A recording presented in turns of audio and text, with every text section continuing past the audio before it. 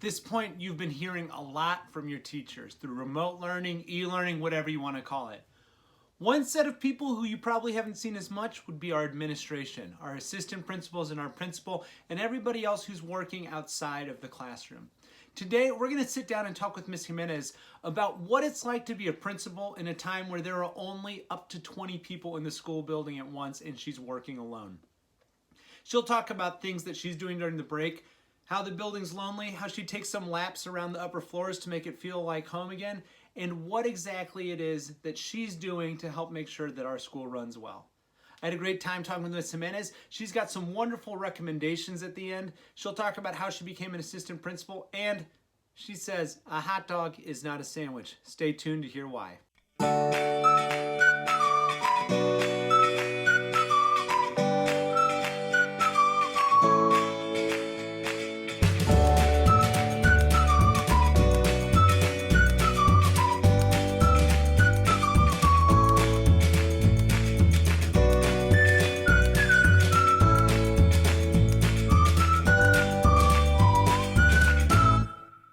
With a lot of house music probably at that point.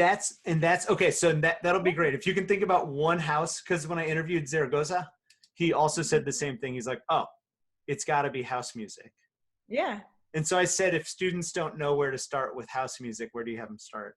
So if you can think of one house DJ, because I like to include a little link in the YouTube so that they can jump to a YouTube song. Okay. I've got a few right now. I just Googled it. Okay, great. So we'll officially start now. Good afternoon, Ms. Jimenez. Why don't you go ahead, introduce yourself, and tell us where you're working from today. Rosa Jimenez. I'm one of the assistant principals at Solorio. So hi, everybody. I am actually working from my living room couch today. I am typically in the building Tuesdays and Thursdays. We kind of rotate just to keep the whole social distancing thing, alive at Solorio. So we kind of take turns and then we alternate every other Monday. So today's my working from my beautiful couch day. the great home office. So, as a principal, usually when I see you in the building, you're going to meetings, you're doing stuff with students. There's a lot happening that involves the school building, and people inside the school building. So what have you been doing, in a building where you're one of maybe how many people in there? I mean, I don't even know how many people are in the building at a time. It's literally like, there's never more than one administrator in the building. So it's one of us, two security people, the lunch staff that's kind of in and out feeding our community.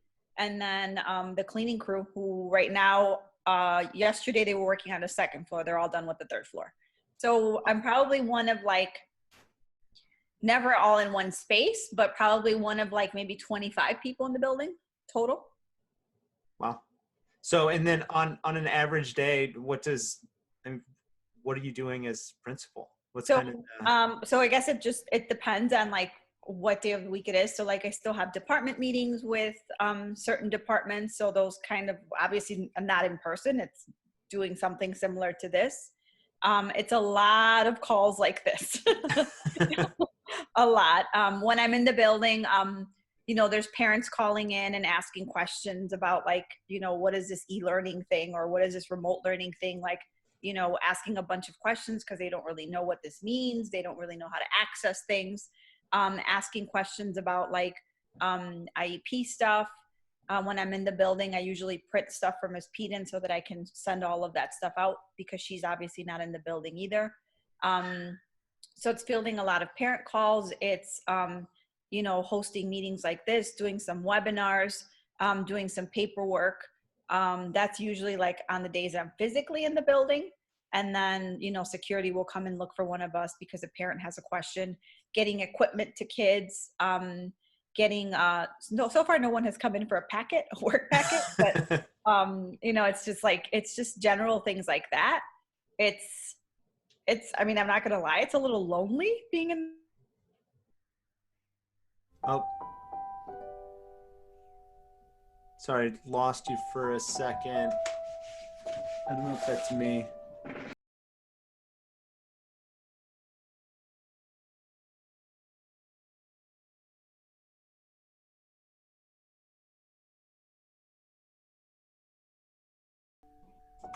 Okay, anyways, so we lost connectivity for a second, but you were saying Okay. last thing I heard was it gets a little bit lonely in a school building built for It's 1300 with only definitely a 20 little bit people. lonely in the building. Like there's been a couple of times where I've made myself go up to the floors, although it kind of makes me sad to do that. Just because like, being on the first floor doesn't really make you feel like you're in a school building. So I've walked up to the second and third floor. I haven't gone into any classrooms because the cleaning people will probably murder me if I do. Um, but I've walked onto the floors just to kind of make it feel like I'm at Solorio, and Yeah, it's obviously very lonely. yeah. So you just do a couple laps, Yeah, I feel like I should start running the school, right? just literally running Maybe laps. check for some IDs. I guess Yeah, you know, like check myself for my own ID. yeah. So, Yeah. what are you most looking forward to um, with the return? I think when I ask teachers, a lot of it is, oh, my classroom, things like that. For someone who's not in a classroom every day, what are you most looking Honestly, forward to? it's seeing kids in the building again. It feels so dead without kids in there. And it's just like you appreciate all of the little quirks that they have. You appreciate like the silly things that they do that maybe make you upset sometimes. Like I want to say to somebody like, hey, like tuck in your shirt, or like, Mhm. hey, put on your ID, or good morning. Because for some reason I always say good morning, even if it's afternoon, Right. Yeah. it's just, Check the like watch. just seeing people in the building is just, it's lonely. Yeah. Yeah. Um, well, great. And then I had a question. This question actually was, oh, I'm curious. Um, Before you were a principal, what made you want to be a principal? I guess I think a lot of, again, I'm thinking about students here. They hear teachers always say, oh, they get to talk to teachers in the classroom. Teachers say, well, I knew I wanted to be a teacher when I took this I was class. a I was a teacher, and then I was a counselor. And then I became an AP. It kind of happened by accident, I guess, the AP stuff, because this was when Tolorio was first opening, or when it first opened. We were in year two. The AP that was there was going to be moving on to become a principal at another school. So she asked me if I would take on her position. And it took me quite a while to make a decision on that, just because I really liked being a counselor. I liked interacting with students all day long. Obviously, I interacted with teachers too, but it was different because it was mostly students Hmm. that I interacted with. So it took me a while to make that decision. Um, but I mean, I'm happy that I did. And I think I still run Sisterhood just because it gives me a sense of like still being connected to students. Um, I work closely with the counselors because it still gives me a sense of, again, like part of like keeping my old job, I guess. Hmm. And I still do sometimes like check in with students. Like I have attendance and I have freshmen on track, and that gives me a chance to like pull kids and talk to them about like things they're doing, what's going on, how we can help them. So I still try to keep elements of that, just because those are things that I feel like help keep me grounded and help keep me sane. Yeah. Yeah. So you get your the old Miss Jimenez and is Yeah. part of the Yeah. Uh-huh. So I still AP as get to well. feel like I keep part of being a counselor, which I really loved too. Yeah. And what was this the counseling distinction that our department Oh, just got? so it's a national like recognition. So there's very few schools in CPS, specifically high schools even. So they just got ASCA recognized. So it lasts for, I don't remember if it's 4 or 5 years, but it means that like they're essentially like um, very well organized. I guess it would be the equivalent of a school being rated on the as well organized. Okay. So that's how their counseling department is rated, both in terms of like setting goals, ensuring that they meet with students on a consistent basis, like the college and career piece is there, the individual check-ins with students. So it essentially means that they've got that program now pretty well organized. Great. Great. Um, so we'll move on to the recommendation part of the show. So in terms of reading, watching, and listening, But I'm first of actually all, reading this really yeah. cool book. Um, Oh, we were ready with the rec. yeah, it's called Beasts of Extraordinary Circumstances. What's it about? So it's about this really interesting kid. Well, I mean, you kind of hear about him throughout his entire life, and his name's Waylon, and he's like this magical figure. You hear about him from when he was a little kid up until like I'm kind of in the middle, so I'm into his adulthood right now.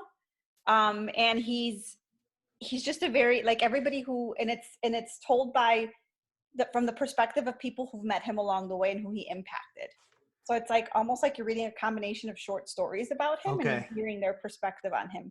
But he's a very interesting person. He has a lot of like almost magical things happen when he's around, and it doesn't seem like he understands that he's the common denominator in all of that. Okay. So it's a really good book.